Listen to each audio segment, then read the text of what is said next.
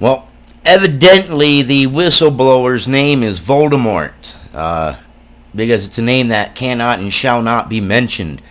This is a little bit absurd. Let's read this. This is from BuzzFeed. Yes, I know BuzzFeed, but whatever.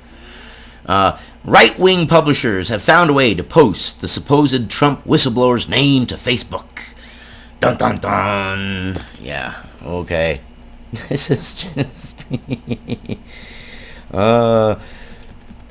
Facebook told BuzzFeed News in November that it would be removing content that featured the name of the CIA officer and former National Security Council staffer, whom prominent Republicans have claimed for months as the whistleblower, whose anonymous complaint sparked the president's impeachment. Yeah. So what do you do if you're just like saying hi to him, or you're just mentioning him in a tweet for something that he wanted to be mentioned in, or tagged in, or whatever? What then? Are they going to remove that too just because the guy's name is... Every instance in which his name is used, Facebook is going to take it out? So are they going to remove his Facebook page? I don't think so. This is absurd.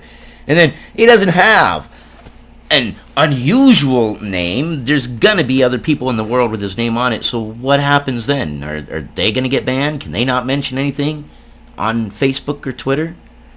I don't understand. Except the name is still all over the platform.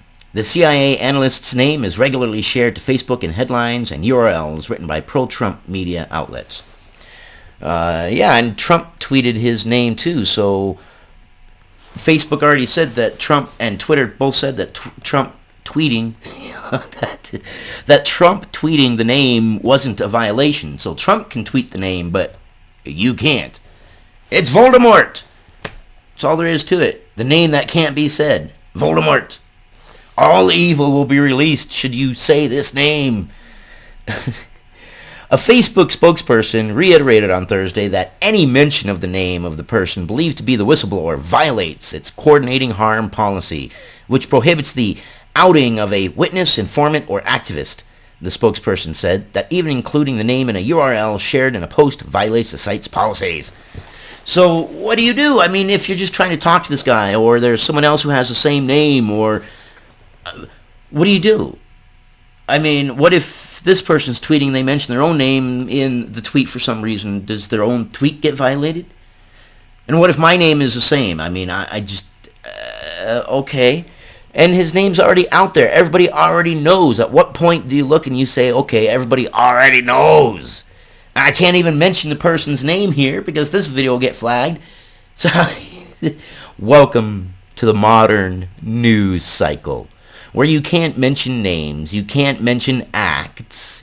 You have to be very, very careful when your words are put in this little itty bitty bracket of approved, government-approved words. It's absurd. But content featuring the name of the CIA analyst continues to go viral on the platform. Yes, it's already too late. Everybody already knows. So what is the point, Facebook? What is the point, Twitter? When asked how Facebook planned to moderate the thousands of links containing the whistleblower's name posted to the platform, the spokesperson said they would be removed as the site identified them. But they're going to keep propagating more and more and more. You're already behind the 8 ball. It's already done. The cat's already out of the bag. And it's no guarantee that this is the whistleblower anyway. So what are you protecting? Unless you are saying, Facebook, that you know for a fact that this person is the whistleblower. This person might not even be the whistleblower. But your actions are making it seem like you know that the whistleblower is Facebook and Twitter. But there doesn't seem to be any moderation of URLs containing the CIA analyst's name. Making matters worse, if a user were to search the name circulating in right-wing media currently, Facebook's search feature pulls up posts that include URLs that include the supposed whistleblower's name. Yes, it's too late. It's the internet. Once it's up there, it's done. Sometimes I think like Facebook and Twitter themselves don't understand how the internet works. Like, oh, we're gonna hide this thing that's already out there that everybody knows. And no, it's out there. Everybody knows. People are archived it. It's out there. You can't stop it. I'm gonna skip this paragraph here because it's just talked about BuzzSumo and whatnot.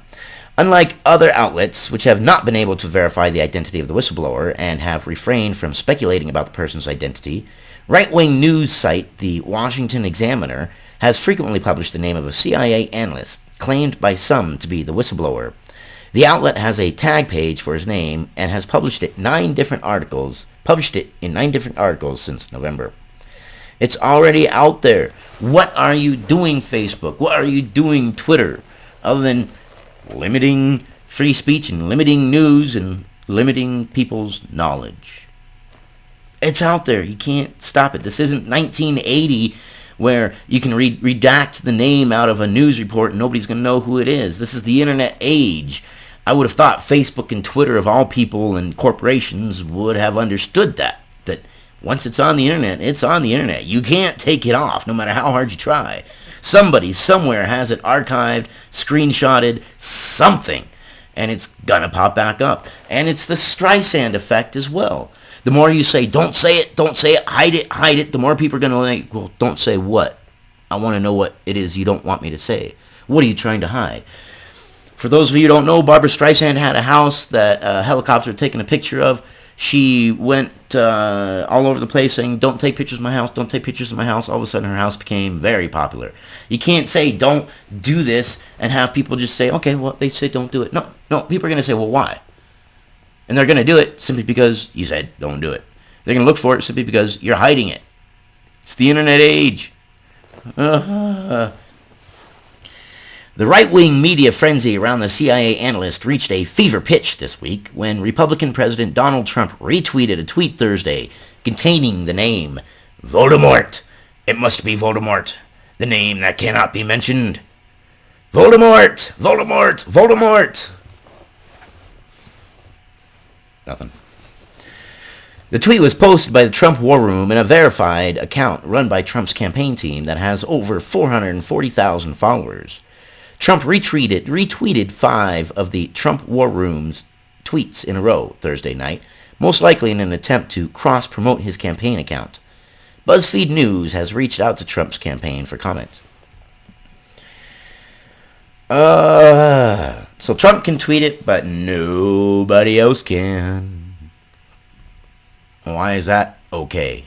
That doesn't make sense to me. I know it's because they can't ban Trump's tweets. They can't do it. It's the president. It's freedom of information. People have the right to see what the president is tweeting. Every time Trump's Twitter makes a move, Facebook traffic typically follows. The Washington Examiner link that Trump retweeted has been shared 5,000 times total on Facebook since it was published on December 3rd. According to social metrics website CrowdTangle, the story was largely dormant on Facebook as of December 12th, but recirculated among right-wing groups and pages following Trump's retweet. Stop. Only right-wing groups, eh? Only right-wing groups. I highly doubt that. This is a little bit of a spin to make it give it a dun-dun-dun feeling. The right-wing groups, dun-dun-dun. Do right-wing groups tweet it? Yes. Do left-wing groups retweet it? Yes. Does everybody retweet it or look into it or know the information? Yes. It's not a right-wing, left-wing thing, BuzzFeed. You're being a little hyperbolic there. A little dun-dun-dun. Maybe I should call BuzzFeed Buzz dun-dun-dun. It's pretty simple. The CIA whistleblower is not a real whistleblower, the tweet reads, along with a link to a Washington Examiner article that contained the name of the CIA analyst in the headline and URL. And I don't believe that the whistleblower is a real person. I genuinely believe that it's a series of electronic communication that's been compiled by Schiff and his crew or whoever, and from there they made the accusations. The whole story and the whole meeting him, didn't meet him, the office did meet him, no, we didn't meet him. Talking about Schiff's office. I don't know, the whole thing sounds really sketchy, which makes me believe that I don't even believe it's a real person. I believe it's a series of electronic communications that were gathered, and I believe that is who the whistleblower is, or what the whistleblower is. A series of electronic communications. Anyways. I just... we're going to read the last one. Identifying any suspect Any suspected name for the whistleblower will place that individual and their family at risk of serious harm. We will not confirm or deny any name that is published or promoted by supporters of the president, the whistleblower's lawyer said in a statement in November. But by banning everybody from saying this name or tweeting this name, you're essentially saying that you believe that this is the whistleblower. So none of what you're saying there makes sense. We're not going to make anything to make sure that this person comes to any kind of serious harm or anything like that, but you can't mention this person's name, and by saying so, what? You're saying that that person is the whistleblower. Streisand effect, you morons. You nincompoops. We will note, however, that publication or promotion of a name shows the desperation to deflect from the substance of the whistleblower complaint. It will not relieve the president of the need to address the substantive allegations, all of which have been substantially proven to be true. No, they haven't! That's like that statement when they said that, well, the allegations against Trump are not contested. They're everything, they're nothing but contested. That's why we're in this point. Because everybody's contesting them. Everybody is not saying, well, yeah, we believe you. No. None of this has been substantially proven true. Was Trump's call illegal? No. Was it boorish? Yes. Was it perhaps not the right thing to do? Yes. Was it illegal? No. In fact, the transcripts. Read the damn transcripts. He specifically said no quid pro quo. President Zelensky, said there's no quid pro quo. It's just hyperbolic. But then again, this is BuzzFeed. And I wanted to read BuzzFeed's article on purpose because they are a left-leaning article. I'm halfway surprised that people haven't said the whistleblower's Voldemort just to put up a... that's what I'll put my title up, just to give a little bit of a protest. The whistleblower's Voldemort. Because we can't mention his name, that he who must not be mentioned. Voldemort. By coming down so hard on posts that mention his name, they're making people believe more and more that this person is the whistleblower. And this person's name is already out there. It's already out there. Everybody already knows the name. It's not that hard. It's out there. So what are you doing, Twitter and Facebook? If you really didn't believe that this person was a whistleblower or something, you'd be like, okay, whatever. But, I mean, your actions show that you believe this person is. And you're framing it as if it's a right-wing thing, a right-wing conspiracy, but it's not. It's all over the place. But those are my opinions. And again, I'm going to reiterate my opinion here. I just kind of think that the whistleblower is not a real person. I kind of believe that the whistleblower is a compilation of electronic communications. I don't know. I could be very wrong. I could be very, very wrong. But your opinion. Let me know what you think. Give a thumbs up, thumbs down, comment, subscribe, all that good stuff. I'll see you guys on the next one.